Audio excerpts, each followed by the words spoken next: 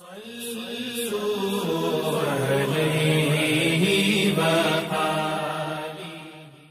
اللہ الرحمن الرحیم۔ صحیح بخاری حدیث نمبر 656۔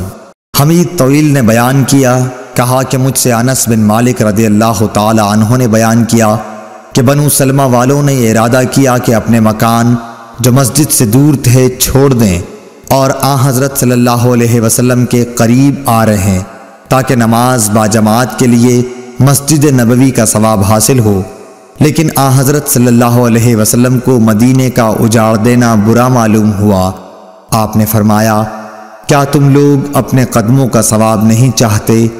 مجاہد نے کہا، سورہ یاسین میں وآثارہم سے قدم مراد ہیں، یعنی زمین پر چلنے سے پاؤں کے نشانات۔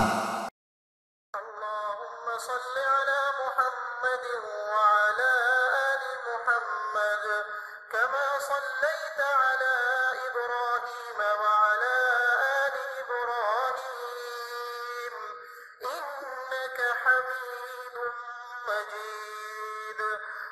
اللہم بارک علی محمد وعلی آل محمد كما باركت على